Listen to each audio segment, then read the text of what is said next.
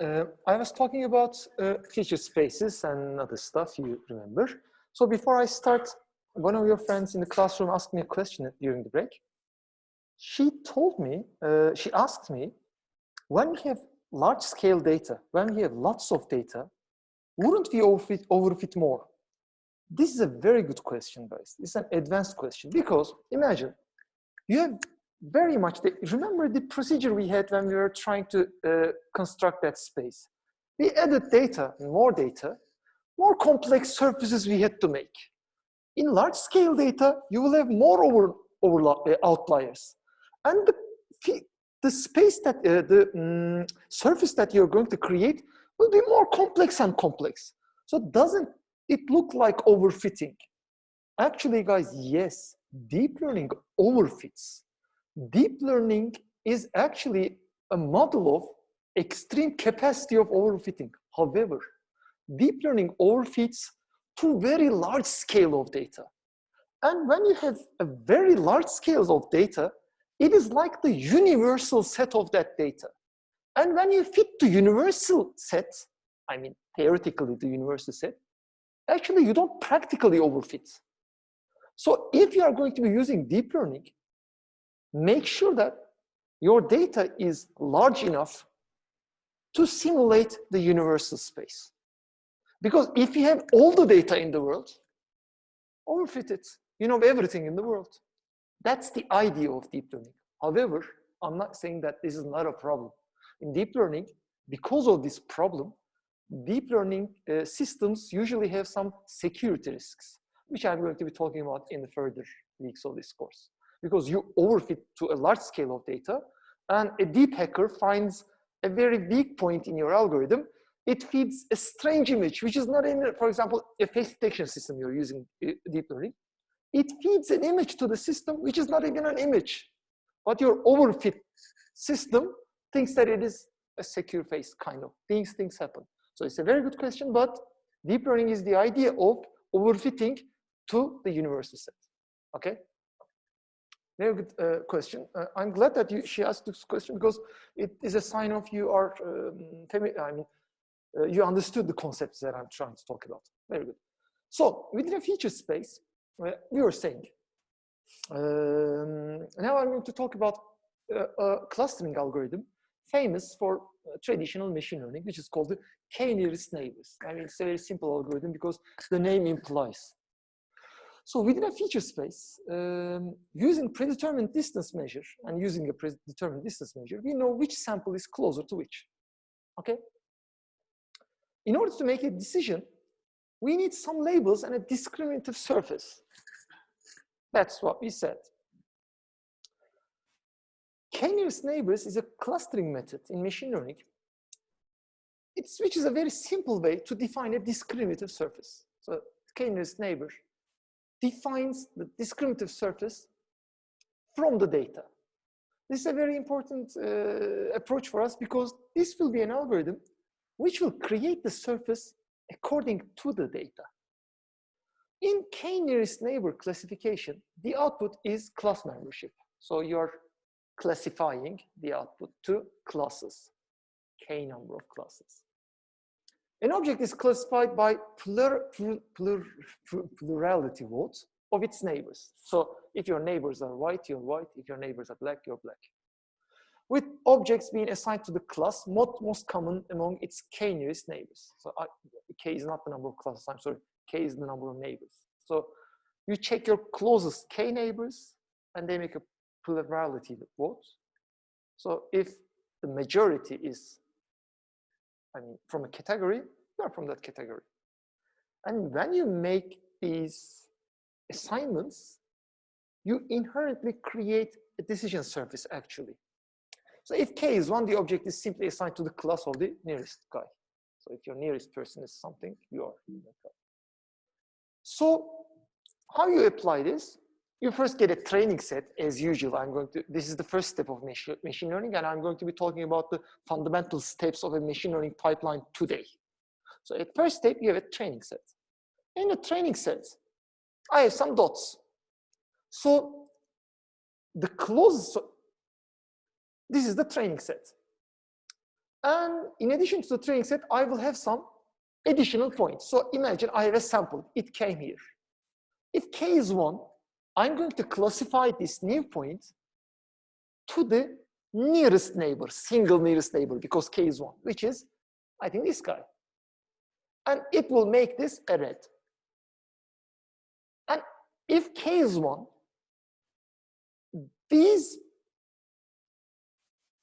the samples is in this area will fall to the red category, and the samples in this area will fall to the blue category.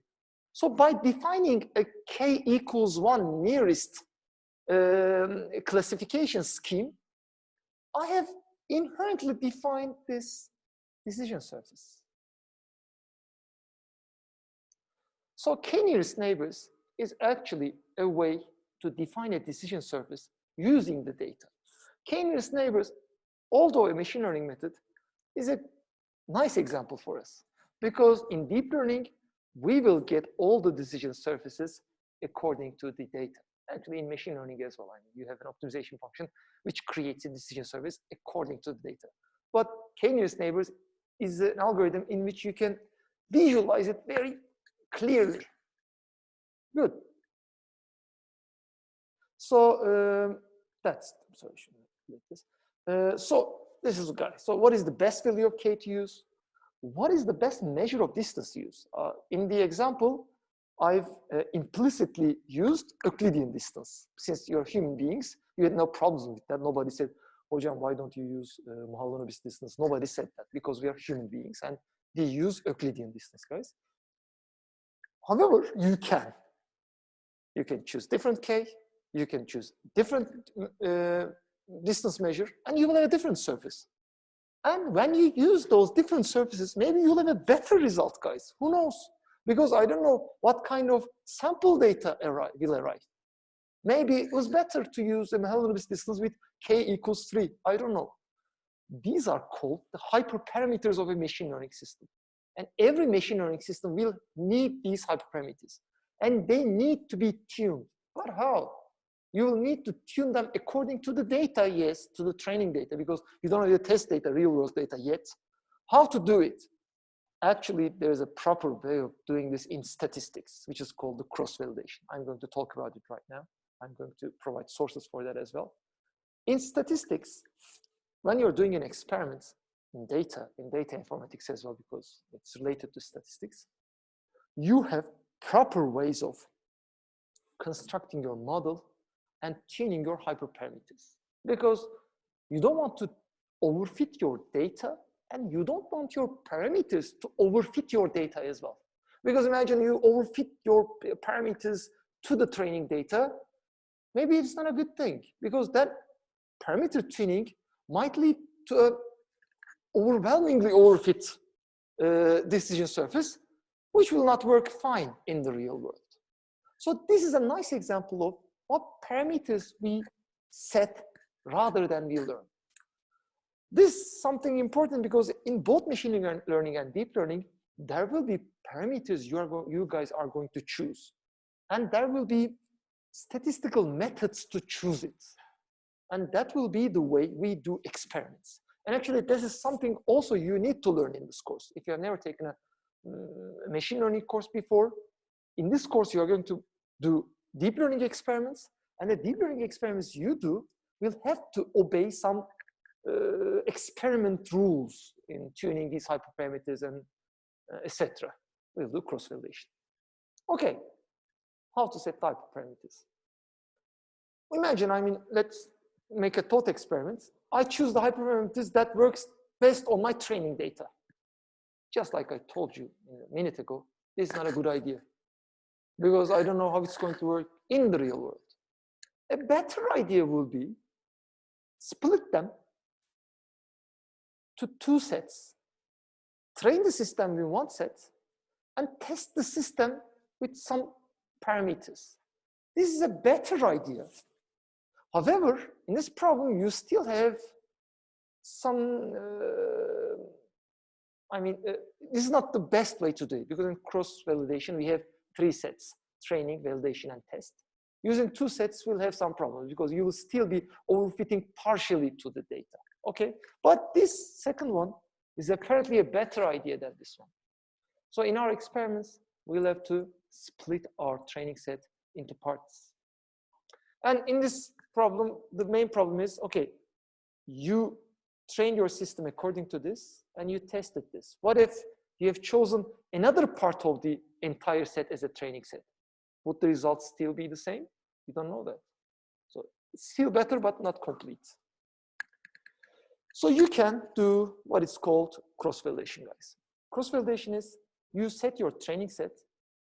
You first split the set into two, like this, like this. Test set and train plus validation set.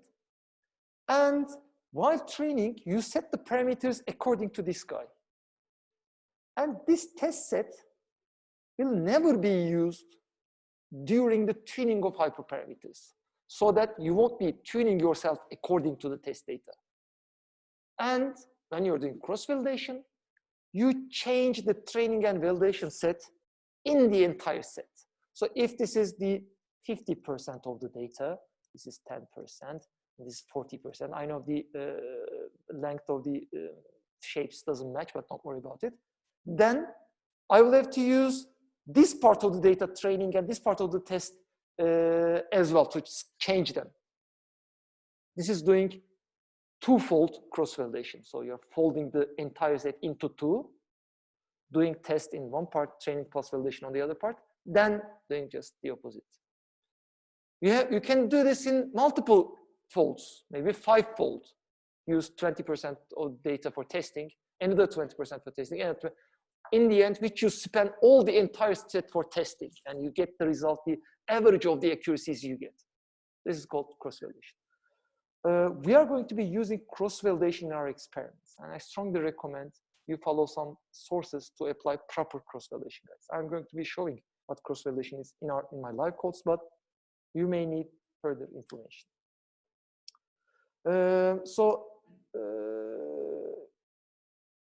I'll get back to k-nearest neighbors. When you're doing k-nearest neighbor algorithm, what you do is you classify data into some classes according to their distance, mutual distances. This is like it. So Stanford in their course has a very nice website for it. Work on it. I'm not going to do it because it's something simple and you can just work on it. Just number of neighbors and metrics, and it just automatic number of points automatically creates surface. It will give you an idea about surfaces and spaces. Okay. Sorry. Okay. So I'll continue with my slides. So now I'm going to be talking about this machine learning pipeline, because machine learning is our supersets. We are deep learning guys, and we are the subset of machine learning, and the pipeline we are going to follow is exactly the same. So when you're solving a machine learning or deep learning problem, these are the steps that you're going to follow. First, you will need some training data, which you will train your models on it. You will have a persistent model, which means you have trained and set the parameters for. So actually, if we get back to the cross-validation example, the training data also includes validation data. So when I say training here, it is training plus validation data if you're applying cross-validation. Then you have some test data and predict, and these will be the results. So your actual results, your actual accuracy will depend on the test data, which I mentioned as input data in this.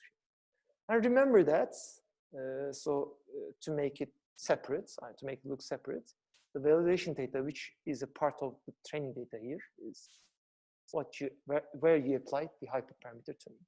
Okay, this is the systems engineering view of what is to be done in a machine learning experiment. So this was the cross-validation, and this is the same slide, I guess.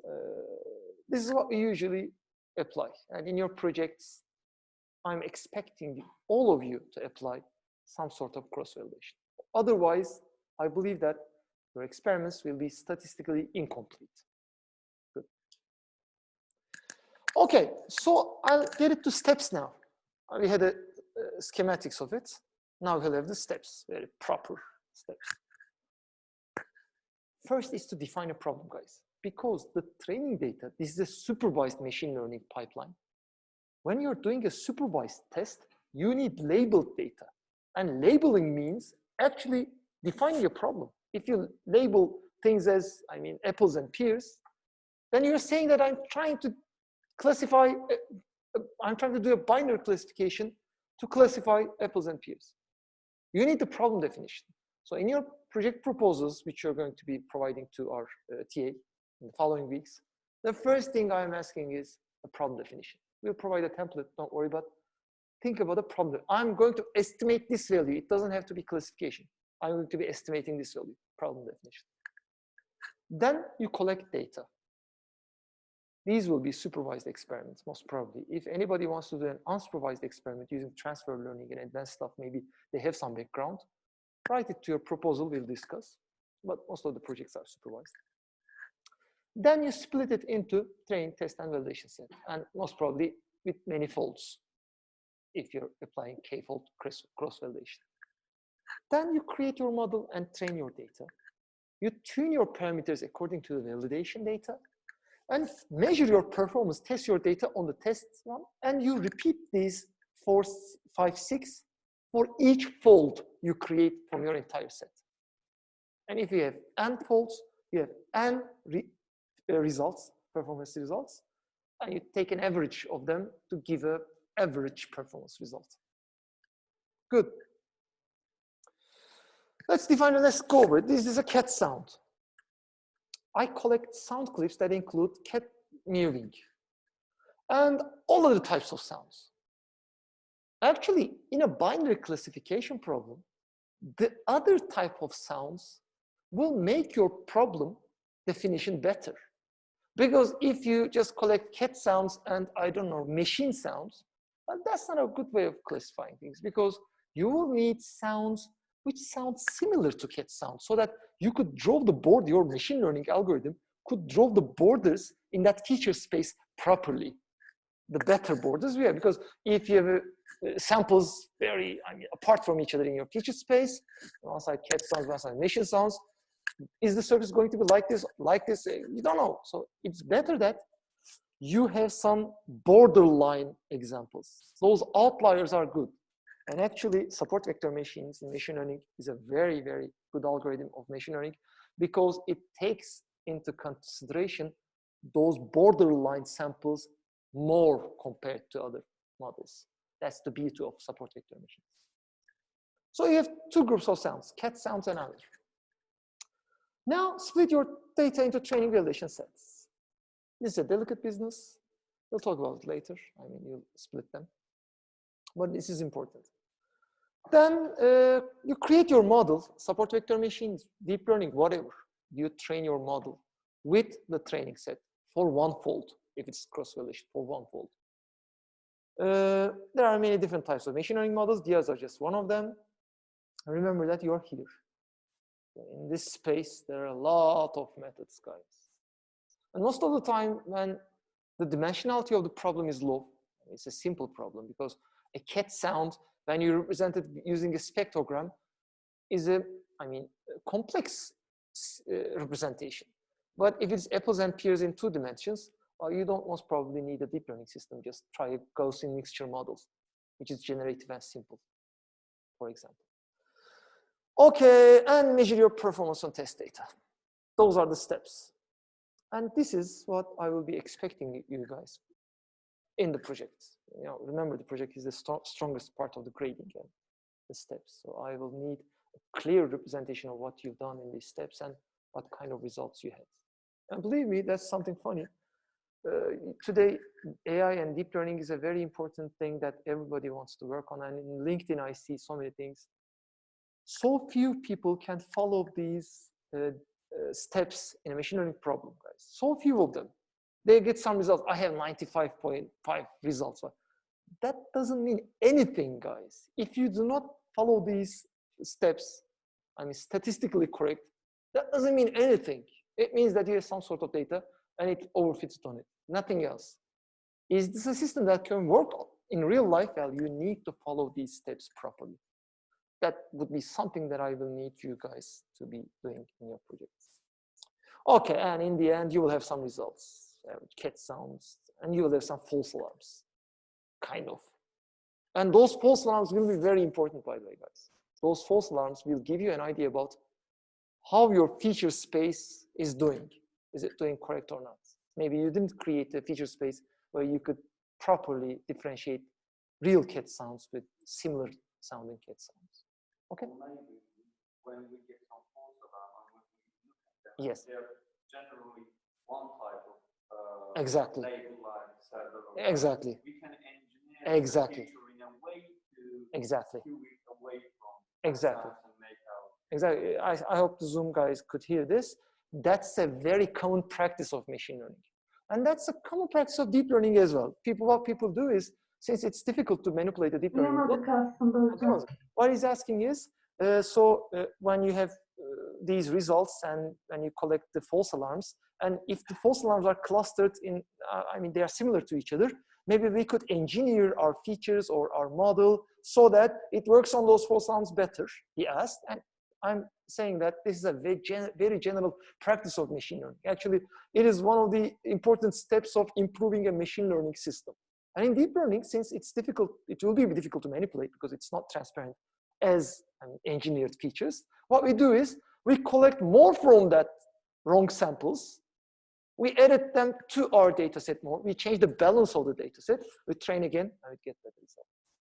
Or maybe we pre-process the signals and feed them to the deep learning system, kind of helping the deep learning system to get better features. So it is like feature engineering, but kind of helping. We do those kind of things. So I guess you heard it right now and understood.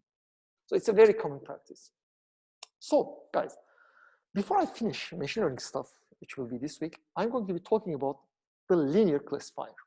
Linear classifier is actually a simple linear system of equations. Anybody who has taken linear algebra, I think you did, will understand this. Because actually when you construct a matrix representation, you're constructing a linear system of equations. And a linear system of equations is actually a hyperplane in the n-dimensional space. These are some things that you will remember from linear algebra, where it will make sense in a couple of second slides. So we will now create our first mathematical model, the linear classifier. Actually, last week we had classifier, not last week, just the previous video, last week is wrong, k-nearest neighbor algorithm. K-NN worked by comparing a given set, right? Sample to all images. This method has two main drawbacks. First one, the classifier must, when you're making a decision, and you sample a right, is this guy red or blue? You have to remember all the samples in the training sets. Check this, am I closer to you? Am I closer to you? Am I closer to you? If K is 1, am I closer to you? Check it. This is not a proper way of doing it, guys. We need a formulation of that distance to where we hit. So if this distance is defined by all samples of the training set, but that's not a good idea. It would have been better if we had a formulation. We would apply the formula and see if we are on the right side or the left side of it. That would have been better, I guess. And classifying a test image or a sample is expensive since it requires a comparison to all training images, and it's just kind of the same. That drawback makes it difficult to run. They are the same. Okay, good.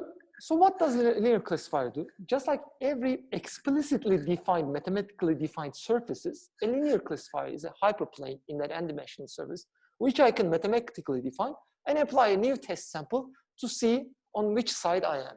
If it's a binary classification problem, it's a multi-class classification problem. It is which part of the space I am in, I would have said. Support vector machines warp the feature space to a more manipulatable state, and they linearly classify. That's what support vector machines do. Still not the scope of this course, guys. But since your friend asked, what does support vector machines do linear classification? Yes. Well, they first warp the feature space to a higher dimension, which is more which you can manipulate linearly better. which is called the kernel trick, whatever. So what we want is a mathematical model in which all the training information is efficiently embedded within. So I wouldn't have to look at all the samples of the training set. So that's a better idea, right?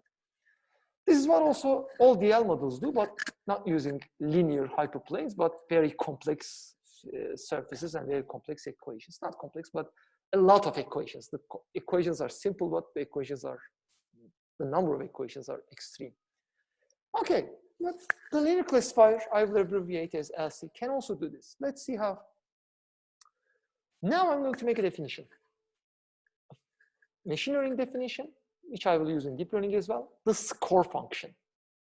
A score function is, you have a model which decides on something, a classification model maybe. It will create a real value, which I will be calling a score. Using that score, you can do a definition. For example, I'm trying to define an apple or a pear. I will have an appleness score. The model will be giving me. So if I show an apple to it, it says appleness score is 5. I show a pear to it, it says the appleness score is -3. Then I would think, okay, let's make the positive ones apple, let's make the negatives one pears then. The threshold there I am going to be deciding, which is also a hyperparameter for the classification problem. But it will be providing not the decision, a score. Because a score is easy to provide when you have a linear classifier. So your distance from that linear hyperplane, whatever. And later, related to the score function, I'm going to be defining another function, a loss function. This is also an important parameter of machine learning. You have a score function, which is actually the model itself, support vector machine or Gaussian mixture model or deep learning model, they will all provide score functions to you. The loss function is a function which gives penalty to that score function because you show an apple and it is -2, it says, for an appleness measure. Well, I should be able to measure how well it did quantitatively. That would be the loss function. For example, it would say you made a 2 mistake, kind of. But if it is larger, it says you didn't make a mistake, 0. So it is like a nonlinear function which evaluates the performance of the score. This loss function will help us to do the supervised training. And that's how all machine learning systems work, including deep learning systems. We will then cast this as an optimization problem in which we will minimize the loss function with respect to the parameters of the score function. So it will be like, I will have a score function, let me write it. Right. So this will be my score function, this will be the input, and this will be my score, for example. And for each input, I will have many inputs in my training sets. I will have a score function, so it's 5 guys, sorry. And for each sample, I will have a label, like apple, pear, pear. This is the score function. And using the loss function and using those samples, I'm going to create losses. I'll say this was true, so the penalty is 2, the penalty is 0, the penalty is 5, the penalty is 4, kind of. Loss functions are usually positive because I'm trying to penalize how wrong it did. So this will be also how farther I am from the actual truth. Then I use an optimization function because this is actually not f of x times some parameters. I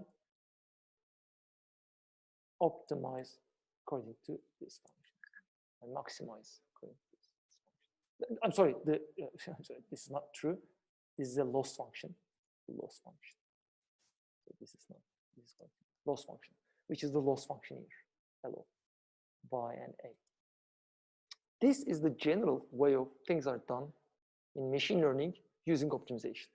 If you have never taken an optimization course, don't worry about it. We are going to delve very, we are going to make a gentle introduction to gradient descent, which is the fundamental algorithm we are going to use. I mean, we are going to be using advanced versions of gradient descent, but in the end, it will be gradient descent.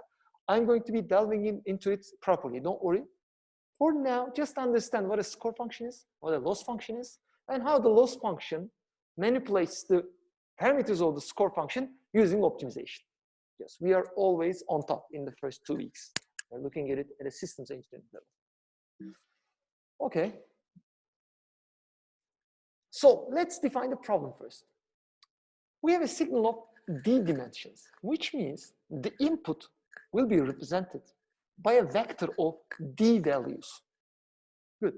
So it's represented as this. So it will be a vector of d values. We have n training samples. In my training set, I have n values. Each sample xi is associated with a label yi. I mean, the labels are called yi, but in the previous slide, when I was writing them, I didn't use yi, I used gi for the ground truths. But in this case, yi's are not the scores. Scores will be called s. So sorry for the confusion, I forgot how I prepared these slides. And let's say there are k distinct categories. So all scores will be, the scores will decide k different categories. Okay. For this problem, I'm going to be applying a vision-based problem. Okay, it won't make a matter to you because in this vision-based problem, I'm going to be getting examples from the CFAR 10 dataset, which is a 10 class dataset. It includes 10 categories of images: cat, dog, car. Very simple. There are like 50,000 images, and each image is in resolution 32 by 32 by 3 because it's an RGB image. If you have never done any kind of image processing, color images has 3 channels. They have 3 channels. And their resolution, if their resolution is 32 by 32, the number of pixel values they possess will be resolution 32 by 32 times 3 because they are an RGB image. They have separate 3 channels. If they were grayscale images, we wouldn't have those 3. So, I mean, you don't have to be a vision person. In this course, you don't have to complete a vision example. This is just data for you. Just don't think that, just think that this is 32 by 32 by 3. When you multiply them, it makes 3072 something. This is a single line of vector, which are actually the pixel values of all channels, in a vector representing a single sample. So xi will be this long. So d-dimensional space where d is equal to 3000 something. Okay? And k is 10. For this example, this is not the proper way of doing it, but what I'm going to do it, I'm going to create 10 different score functions for 10 different samples. 10 different score functions for 10 different categories. I'm sorry, not samples. For 10 different categories, I will have separate functions. So it will be like, in the end, when I'm done with the training, I have 10 functions. The first function is the cat function. Is this a cat image? It's going to create a score. I think 3, it's going to say. The next function is a dog image. I think 5. And I'm going to train the system such that the larger the score value is, the more confident the system will be. So I will make a simple operation in the end, selecting the largest one of them, and make a decision. So how come the score functions will be aligned with each other? I mean, they need a scale closer to each other because the confidence 3 for one score function should relate to confidence 3 in the other score function. I'm going to be optimizing them all together using the same loss function. So they will be combined in the same loss function during the optimization. Okay, and we don't get into the details of it, but I'm trying to give you an idea of how it's done. So in this case, each pixel is a dimension. I've got 10 different categories and I have 10 score functions. Good. My purpose is to define a function, guys, from this real world to this discrete world. I mean, this is not discrete. These are the score functions. I'm sorry. From real world to real world. That maps the raw images to class scores, 10 class scores. Good.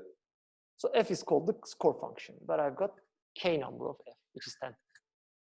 So linear classifier is one of the simplest possible functions, a linear mapping between the input signal and output label. So for each f, I mean, there are multiple f, I will be modeling the system with this function. This will be the input, this will be the matrix, and this will be a bias, an additive value. So that optimization function using the loss will optimize these parameters for those scores. So these parameters are unknown. They will be decided by the optimization function. How? Yeah, we'll get there. So here, X is a column vector. So it's like, I'm going to show you some vectors, don't worry. So it's like a column vector. This is a matrix and this is additive. So in the end, you have a score function. So for one score, we have one. I have tens of these. So it can be a matrix of 10 by K. So it will give me 10 scores. So I'm combining all score functions into one using a matrix representation, which is 10 times K. And the bias is 10 times 1. Okay, simple. The parameters are in W, also called omega, often called the weights, and B is called the bias in a linear classifier. We'll have something very similar in neural networks. Let's write the equation on the board, I mean on the slides in detail. So a single matrix multiplication will correspond to a single score function, but I'm going to be using the matrix formula. So it will look like something like this, guys. N 2000 something, K 10, 10 times 2000, and the bias. So when I multiply this row with this column and add this guy, I will be obtaining the score for the first class. Very simple. Single matrix multiplication is effectively evaluating the K separate classifiers in parallels, where each classifier is actually a row of the W. Simple. So it works in a real world example. So this is the input image. I make it a vector. So this is an image with color value. So this is the red channel, green channel. I make it a vector of long, 2000 something long. So this is the matrix, sorry. This is the matrix omega, sorry about that. I multiply them and I've got some scores. The output is 10 scores, cat score, dog score, sheep score. Very simple, right? Is how it looks like. So another example, a simpler example is, remember the apple pears problem? In the apple pears problem is, you have an input shape value, input column value. So I have the dimensionality, not 3000 this time, but only 2. I have 2 classes. So K by N is 2 by 2. And I have the biases for apple and pear. You add them and you get the class functions. Good. So you can manipulate all of them. So guys, I'm trying to find out this and this. How can you find them out? I mean, if you remember, I think everybody has taken linear algebra, right? I mean, if somebody, is there somebody who did not take linear algebra? Please let me know. In linear, you haven't. Okay, okay. So you know pseudo inversing. Okay, okay. Okay, maybe you should, anybody who hasn't seen any kind of linear linear algebra will have to complete a very simple course on Coursera, because there are, with 2 or 3 weeks of Coursera stuff, you will get to know what a pseudo inversing is. Yeah, yeah. You can. Okay, okay, okay. I strongly recommend if you have taken. So how to find these? In linear algebra, you'll remember that there is a method called pseudo inversing, and actually pseudo inversing is a way of square root minimization that was taught to you in linear algebra. So you don't have to just apply a complex optimization algorithm. You can just manipulate these matrices to apply a pseudo inverse and to get the parameters. How can I do this? Actually, I'm going to change the matrix representation such that, remember, so this is, instead of writing them like this, I can manipulate, so I repeat every sample because I have S samples. The training set has S samples, guys. So for each shape, I will be applying, and I'm writing the same values. This is the same BFs, so this is the same, but these are changing. So in this case, I can represent the function like this. So the same representation here, and these are the scores. And I'm going to be assigning scores, like this is going to create a score function to be here, right? For S training set values, I have, for example, 50,000 training set values. And to classes for the apples and pears. If that sample is a pear, I say 1 here, 0 here. If it's an apple, I say 1 here, 0 here. I've got this representation. These are the training set. I have these values. I have these values. I don't have these values, and I don't have these values, guys. I can simply manipulate this function, this peerness measure, and this is the appleness measure. But ideally, I want my system to provide me a peerness measure of 1 when it sees a pear. It won't be able to, it's going to say 0.8 something, but this is the peerness measure I provide as a ground truth. It's like I'm teaching the guy, hey, this is a pear. Let's call the peerness measure of this guy 1, I'm saying. But it's going to just make some interpolations and provide me some grayish results. So actually, I can represent this matrix like this, guys. So it will be the same. So it was like this guy times this guy times this guy, plus this guy, right? So instead, I can this guy times this guy times this guy, plus this guy's time 1. It doesn't change. Now I have representation. This is collected data. This is annotated data. This is unknown. If I can move this matrix to here somehow, I will get these values. A proper and easy way of moving that value is called pseudo-inversing. And if you apply pseudo-inversing, you'll get the parameters.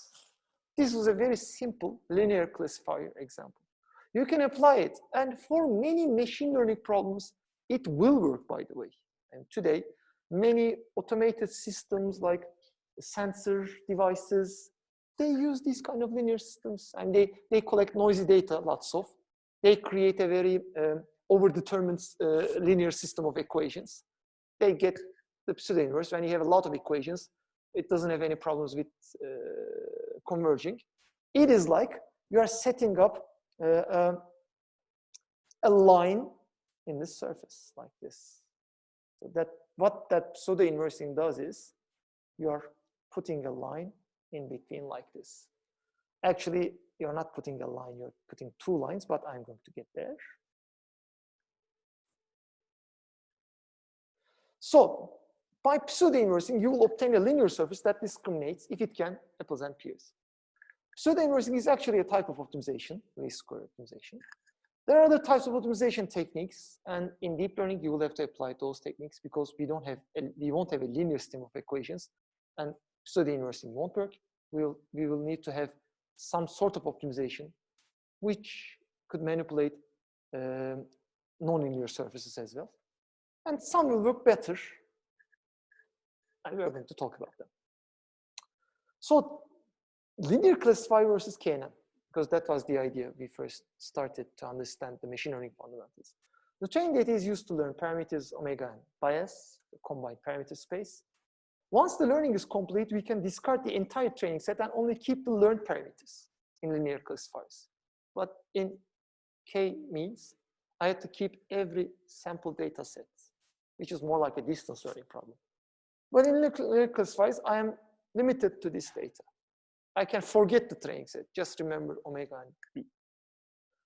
This was not the case for KNN. So a new test image can be simply forwarded to the LC score function and decided accordingly. Linear classifier involves a single matrix multiplication and id addition compared to k nearest neighbors, which will make distance calculations a lot. So we will generalize this idea to nonlinear functions and neural networks in this course. Actually, this experiment that we've done is a very simple model of what we will be doing through the course. That's why it resembles it.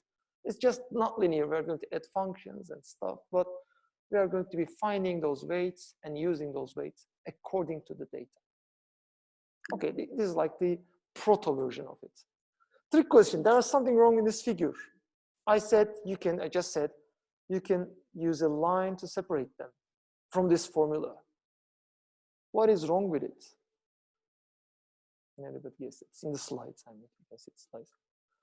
Actually, there are 2 score functions. When you have 2 score functions, it means you have 2 hyperplanes. In this example, it's just lines, 2 dimensions. I'm solving a binary classification problem, but creating separate appleness and peerness measures.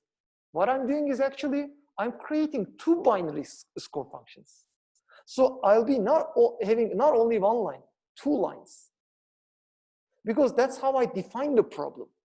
If I wanted to have a single line, I would have to define the problem accordingly. How?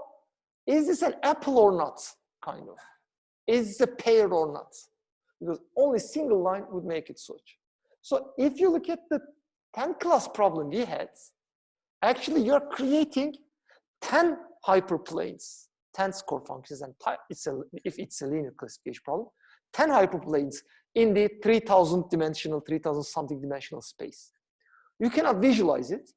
A way of making it look like is this. So it's a classifier. One part of it will be cars. But there will always be ways to show it like this, and there will always be outliers. So how to show them if you have multi-classes? You will need to use confusion matrices and other stuff to represent your results. How to evaluate your results is another story. We're going to get there. Okay?